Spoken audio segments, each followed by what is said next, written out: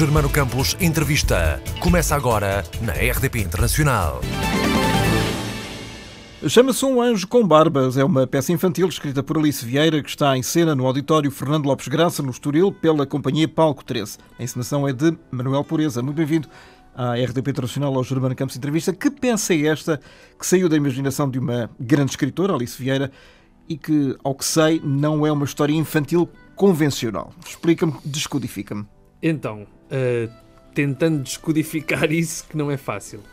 A Alice Vieira é uma grande escritora porque também nos surpreende com estilos e formas e maneiras de abordar, falar com crianças, que a nós nos surpreenderam bastante. Ou seja, é um texto que faz quase lembrar um universo mais ou menos Monty Python, ou seja, com um nonsense absoluto e, sobretudo, com uma ausência de forma habitual de conto de fadas para crianças. Ou seja, mas isso as crianças entendem?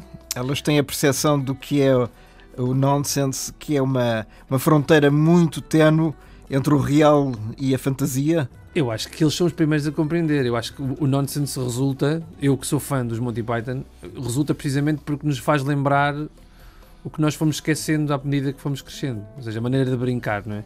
Eu tenho dito isto sobre este espetáculo, tem muito um lado que eu reaprendi a partir do momento em que fui pai. O meu filho ensinou-me... E foi há quanto tempo? Há 8 anos.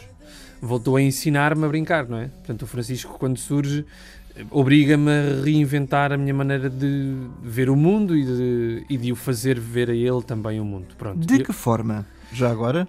De que forma? Quer dizer, tentando sempre que ele perceba que o humor é uma arma, e é uma boa arma, muito melhor do que as espadas, ou do que as pistolas, ou do que os cowboys e os índios, ainda que eu obrigue o meu filho religiosamente a ver a Guerra das Estrelas, porque isso, enfim, isso é uma questão quase... Mas a animação ou a imagem real? Tudo. O que houver é a liturgia. Lá em casa. É sagrado. É sagradíssimo. Não se toca, não se mexe e, sobretudo, não se diz mal. Porque se diz mal, perde-se a herança. E ao que parece, já terminou. Nunca termina. Dizem. É aquelas bandas que anunciam um fim várias vezes só para conseguirem ter mais fãs, mais gerações de fãs. Mas é isso, ou seja, a Alice Vieira, quando aparece com este texto, já foi há algum tempo, já o tinha apresentado à Palco 13 há algum tempo. Entretanto, a Palco 13 convidou-me para ir imaginar o que é que poderia vir daqui, e eu convidei as pessoas, duas delas que estão aqui, para integrarem esta loucura em grupo. Que são? Vamos apresentar? Que são a Constança Carvalho Neto, que está aqui à minha esquerda, e a Joana Sapinho, simultaneamente, aliás, nomeadamente, aqui à minha esquerda, de imediato, a Constança faz de muita coisa, mas sobretudo de fofinha, e a Joana Sapinho faz de fada badalo. Muito bem-vindas, querem descodificar já agora a mesma questão também? Junto o microfone, que é para se ouvir bem. Então, olá. O que é a fofinha? A fofinha é um género de escrava da fada badalo. Eu não digo escrava, uma ajudante preciosa da fada badalo. Sim. Juntamente com Miguel Costa, que faz de fofinho, somos os dois fofinhos, que é assim uma brincadeira, temos o hábito de fazer saltos engraçados e as crianças normalmente apegam-se muito a isso no final do espetáculo. Estão sempre a repetir. Portanto é uma coisa física. Também. Sim. Ou seja, eu sempre que preciso que alguma coisa aconteça, chamo os meus fofinhos para me ajudarem. E eles trazem alguma coisa que eu preciso ou ajudam-me a transformar alguma coisa e é quase como a minha magia. A minha magia depende dos fofinhos. Claro que tenho o meu badalo, porque sou a fada badalo, não é? E é isso. É esse o trunfo. É esse o trunfo. E lá está, como o Manel dizia, as crianças percebem isto muito bem. Não, lá porque é uma fada, as coisas podem aparecer por magia. Se a magia é chamar alguém e eu digo, tragam isto, e eles trazem, não precisam de saber o porquê, de onde é que vêm, porquê é que trazem aquilo. Há só uma fada neste... Há só uma fada, Portanto, sou a única. Não, ao contrário do Feiticeiro de Oz, que havia duas. Sim, a fada má do Oeste e a fada má, a boa do Leste, ou vice-versa. Mas mais uma vez aqui também não é convencional, eu não sou uma fada normal. Para já tenho um nome muito pouco fofinho, não é? Sou a fada badalo e até sou gozada por isso dentro do próprio espetáculo, que as crianças adoram. Depois, eu não sou a fada mais querida do mundo. faço as coisas acontecerem, mas sou exigente e sou mandona e quase autoritária, mas não deixo de ser uma fada.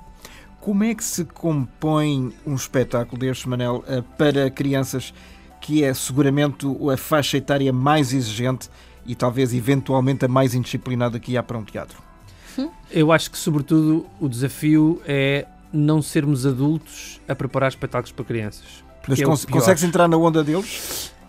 É assim, eu em casa tenho ali tenho uma espécie de formador exigente também, não é? Ou seja, a minha preocupação é sempre não ser de facto muito adulto, porque é assustador um bocado os tempos que nós vivemos também nesse sentido, em que até os espetáculos infantis têm de obedecer a regras.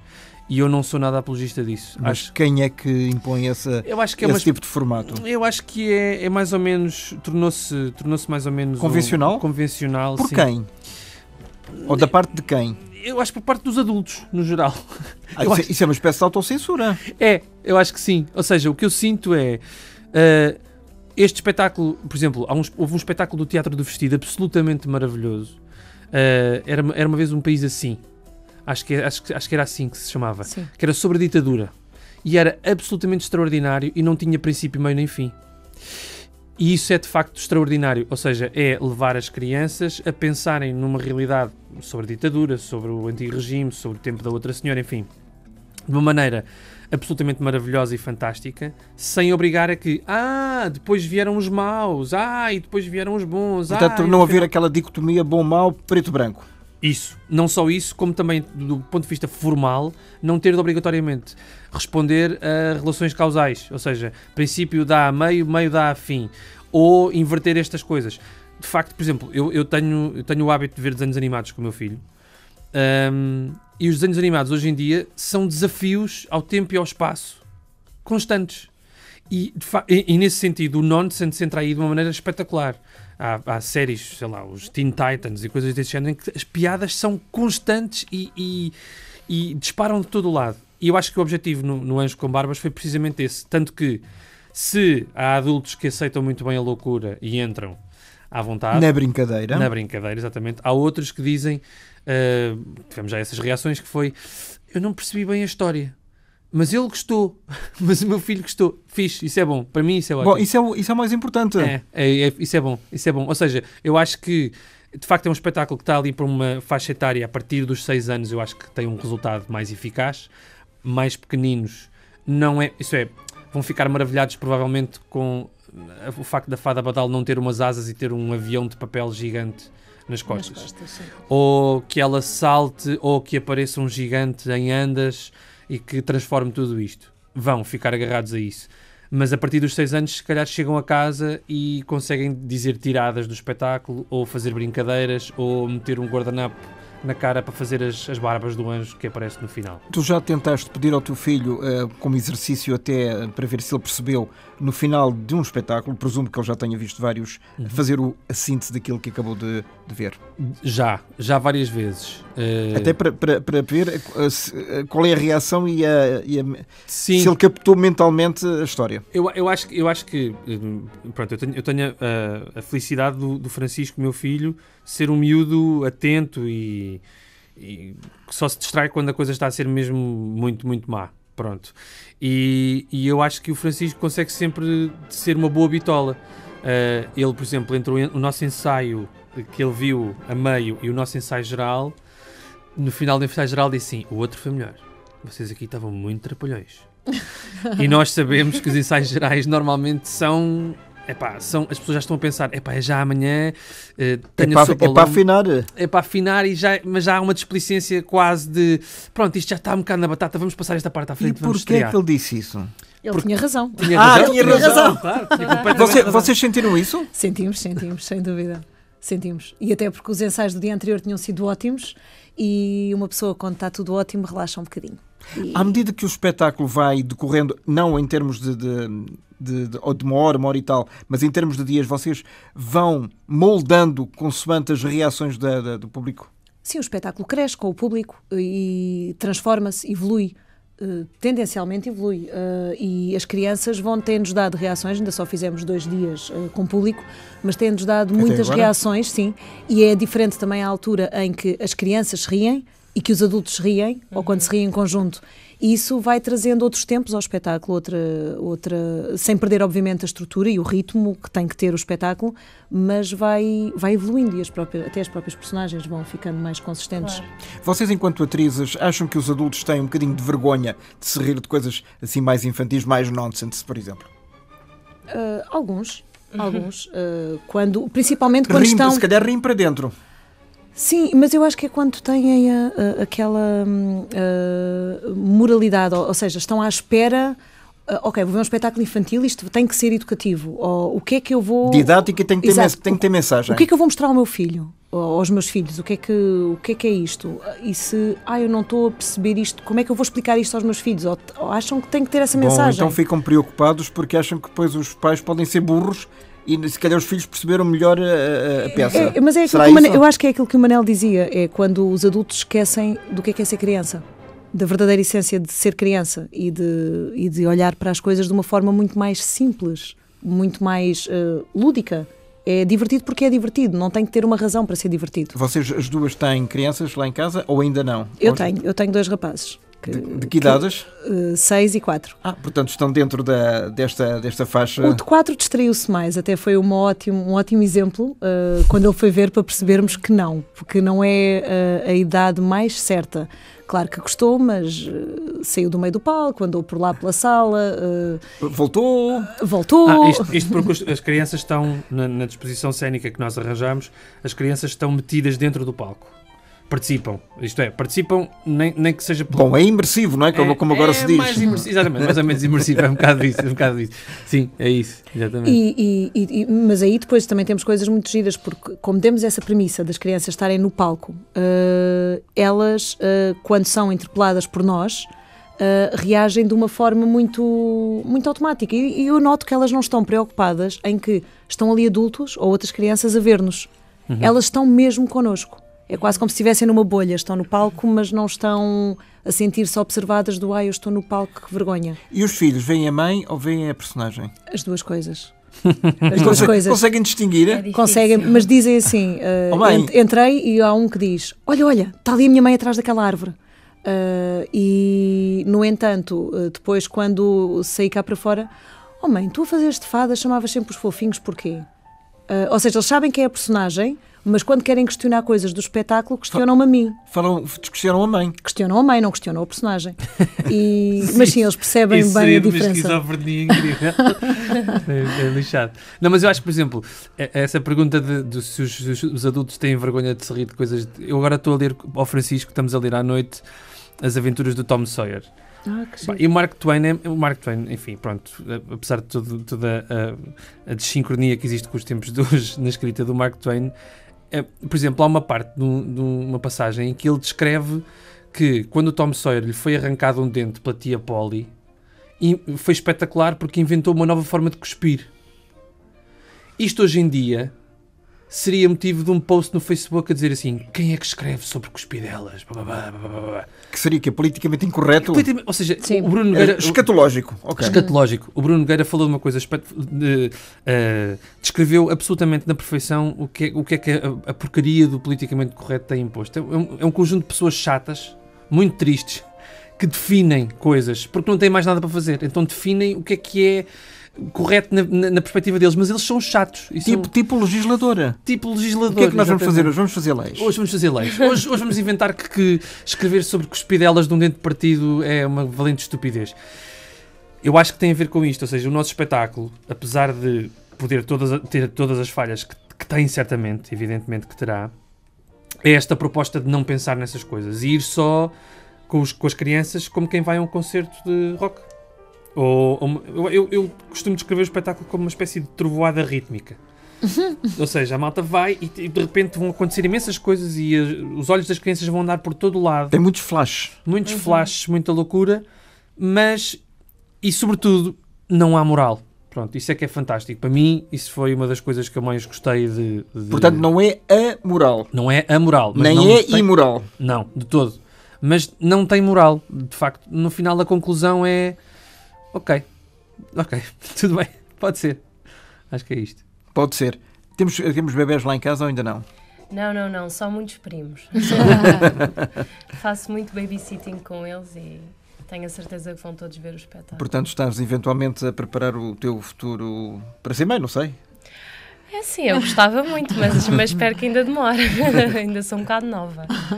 Mas é engraçado como o espetáculo de cada dia é completamente diferente, porque como as crianças entram e respondem e têm a constante vontade de querer participar, todos os dias nós fazemos um concerto de rock completamente diferente.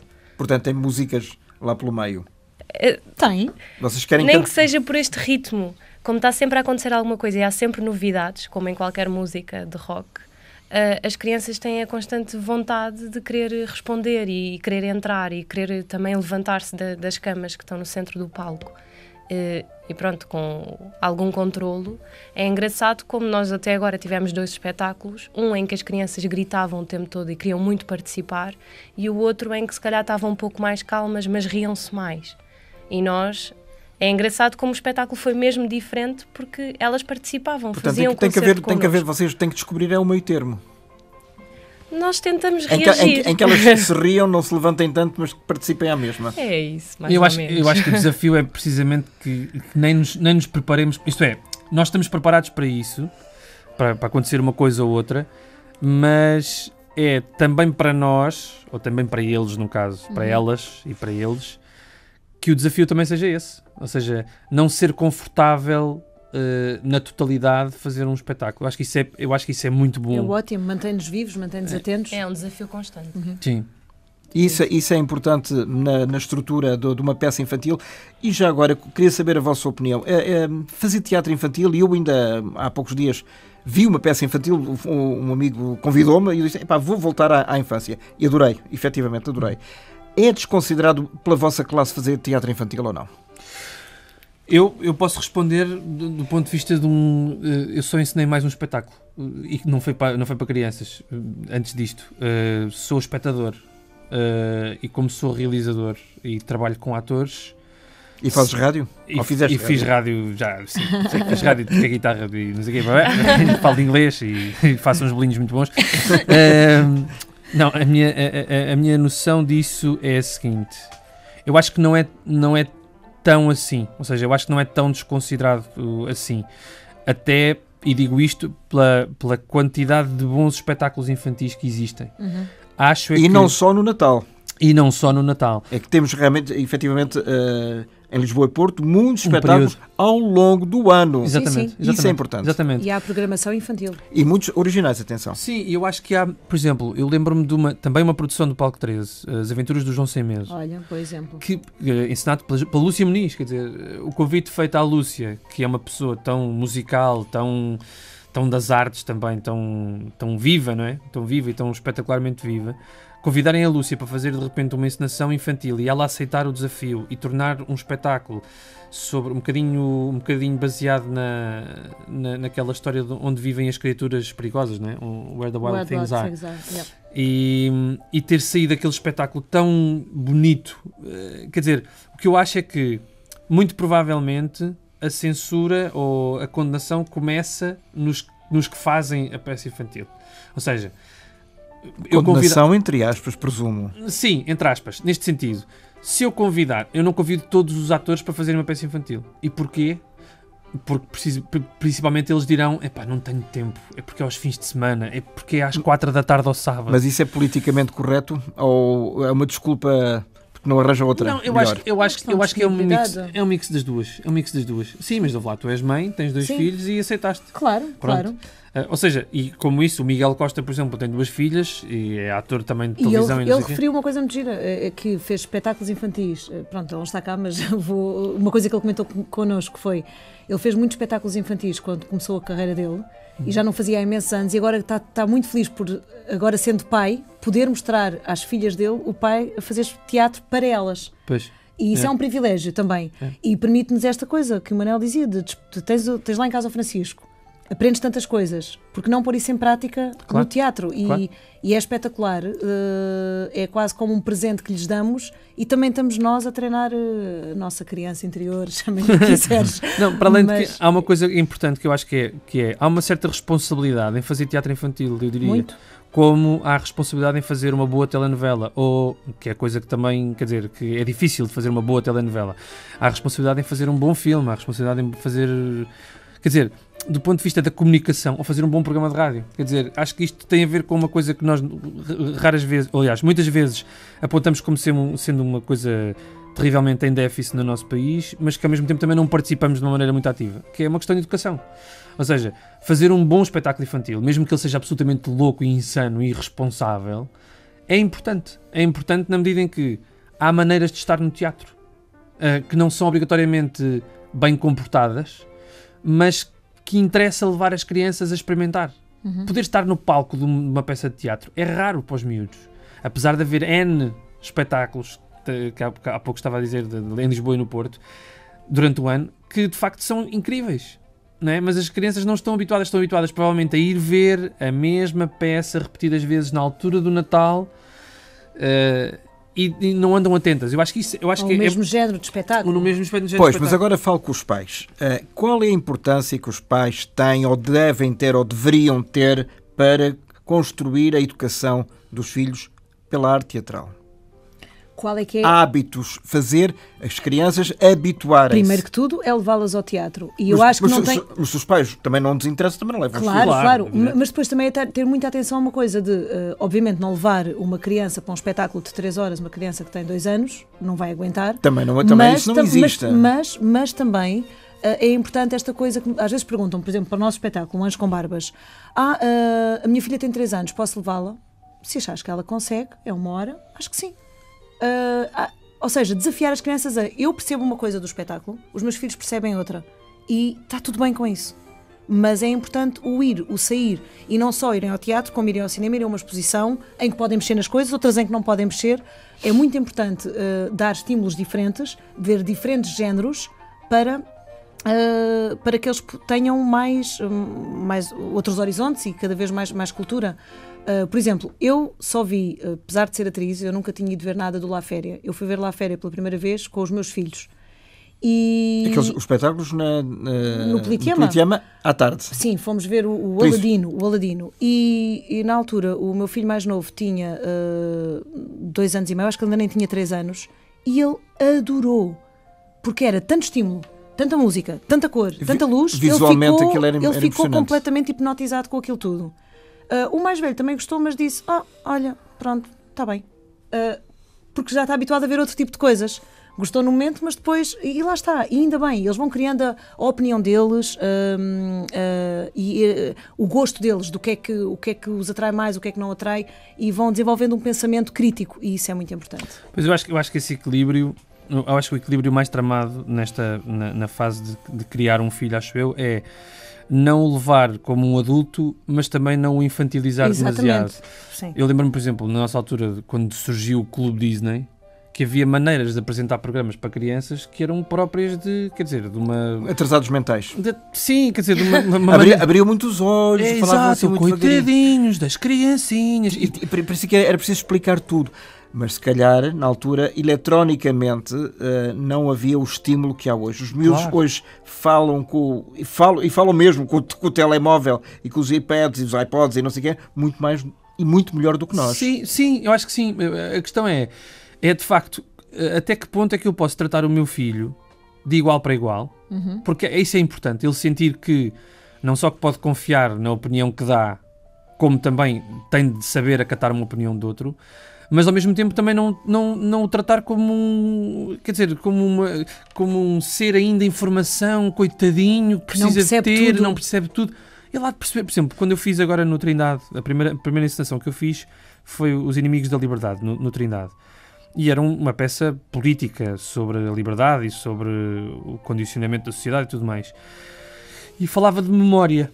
E eu achava que aquilo tinha alguma coisa que o Francisco podia até entender. E levei-o a um ensaio geral, porque ele, por cima, gostava muito dos atores que lá estavam e somos amigos, são meus amigos de casa, e, portanto, havia alguma facilidade. O Francisco terminou o espetáculo a dizer: pá, eles não se lembram de nada. Eu, sim, pois não se lembram de nada. Quem não se lembra de nada não pode ser livre. Mas isso eram os personagens a falar? Não. Ele, Isso era a Francisco, opinião. a dizer no final do espetáculo. Uau. Eles não se lembram de nada. Assim, não, pois não. Então, quem não se lembra de nada não pode ser livre. E eu não podia ter posto melhor. Assim, se eu pudesse fazer uma nova folha de sala naquele dia, tinha feito. Era a melhor Era síntese. só isto. Era a melhor síntese. Era só isto. Ele, com uma frase, matou o espetáculo. Matou o espetáculo. No bom sentido. Sim, no bom É sentido. a sinopse perfeita. E eu acho que o nosso espetáculo do Anjos com Barbas não almeja tanto. Não almeja conclusões deste género. Mas, sobretudo, quer que os miúdos sejam levados a sério. Ou seja, nem... o meu filho não devia ter vindo ver isto porque há homens vestidos de lutadores mexicanos e isso incita à violência. Nem isto, nem o contrário.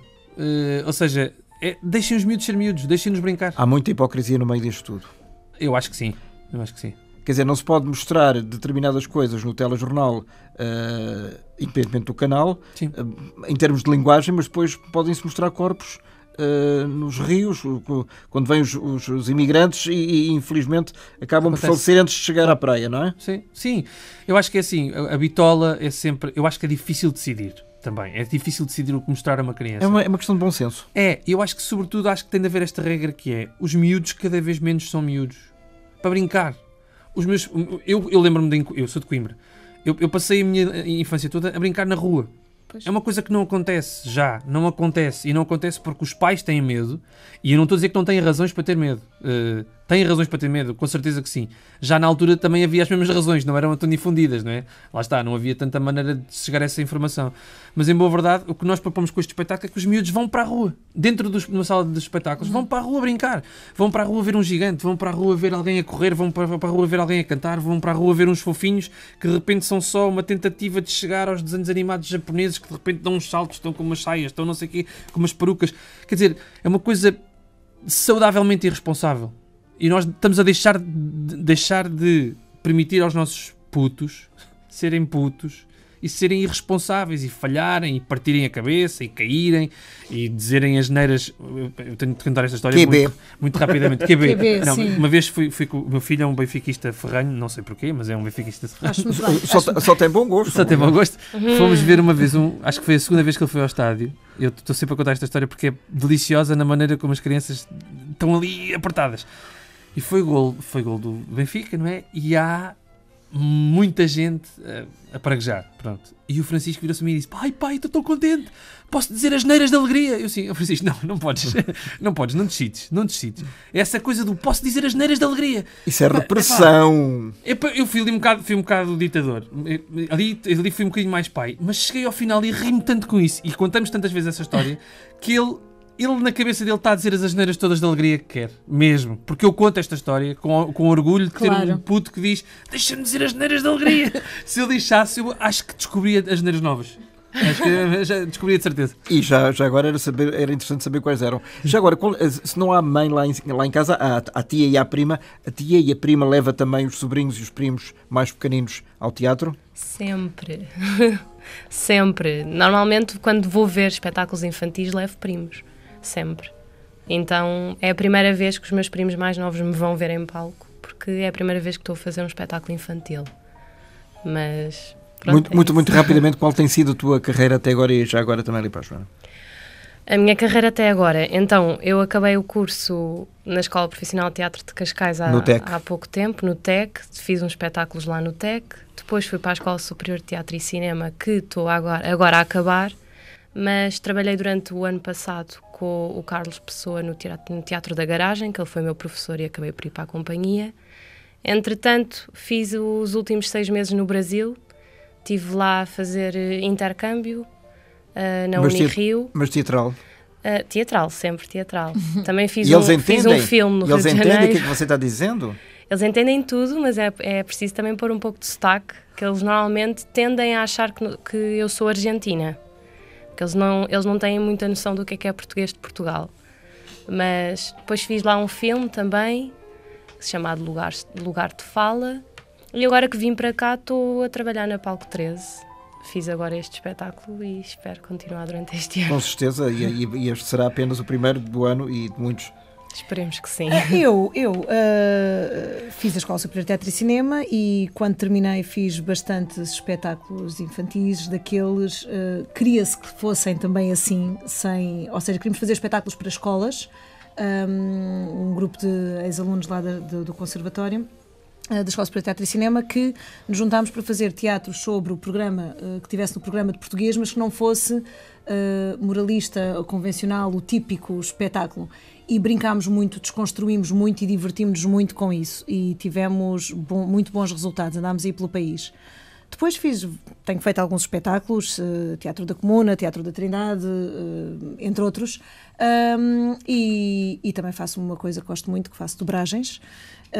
E entro muitas vezes neste universo de algumas aqui na RTP, mas na RTP2, concretamente? Na RTP2, sim, mas por exemplo, outros canais da Cabo que nos aqui com coisas na RTP2 com muita qualidade para o Zig Zag, que apresenta temas como, por exemplo, a guerra. Fiz um sobre a Segunda Guerra Mundial, explicado às crianças, e é realmente muito bom dar essas mensagens, mas também é muito bom fazer o contrário, de espetáculos neste caso de bonecos animados, que divertem os miúdos de uma forma que lhes permite ser crianças, em que as crianças ainda brincam na rua e os desafia. Ponto final, crianças, ponto final. Crianças, é isso. E só uma coisa que estávamos a falar há bocado, disto que mudou, já não falamos como se falava no Clube Disney há muitos anos atrás, mas também mudou o que nos inspira, por exemplo, para fazer teatro, que são os textos. E a Alice Vieira provou isso, voltando aqui ao início da conversa. Eu leio muitos livros exatamente, para fechar aqui o círculo. Eu leio muitos livros, então desde que sou mãe, para crianças, literatura para a infância, e a literatura está cada vez melhor para a infância. Não é de todo muito bem escritinha, muito explicada, não há uma linguagem demasiado erudita, chega-lhes a linguagem. Há livros só com ilustrações, em que as crianças fazem a sua história ou os pais fazem a história com elas. Há cada vez mais oferta, há muita produção nacional de boa literatura para a infância e sem dúvida que para nós é uma inspiração para fazer espetáculos, e aqui a Alice Vieira deu-nos este bombom. Foi a melhor, digamos, mestra que vocês podiam ter arranjado em termos de texto. Foi um ótimo desafio, sim. Manel, para terminar, e agradeço muito a presença da Constança Carvalho Neto e também do Joana Sapinho e obviamente a tua também. Onde é que fica o Palco 13? Onde é que fica este teatro? Este teatro anda meio escondido. A Companhia da Palco 13 está no auditório Fernando Lopes Graça, no Parque Palmela, em Cascais. E podem vir ver-nos aos sábados e aos domingos às 4 da tarde, sendo que, como estamos esgotados até ao final, vamos abrir sessões duplas. Extras? Extras. E o que vai acontecer é, a partir de agora, sábados às 4 e às 6 e domingos às 2 e às 4. O espetáculo tem 1 hora de duração. E venham todos, venham por bem, é um bocado por aí. E vai estar em cena até quando? Até dia 28 de março, até ver. Se isto de repente se tornar um fenómeno, pode estar até 2023. Sim, já sim. com outros atores. Pois, já tem que se mudar. Sim, já com outros atores. E o Anjo já não tem barbas, tem bigode só. Não, já terá barbas brancas. Sim, torna-se hippie. Já tem. Faz rastas. Um anjo com barbas. Agradeço muito o texto de Alice Vieira para Palco 13, no auditório Fernando Lopes Graça, pelo menos, e até a prova em contrário, 28 de março. Muito obrigado. Obrigado. E até à próxima. Obrigada.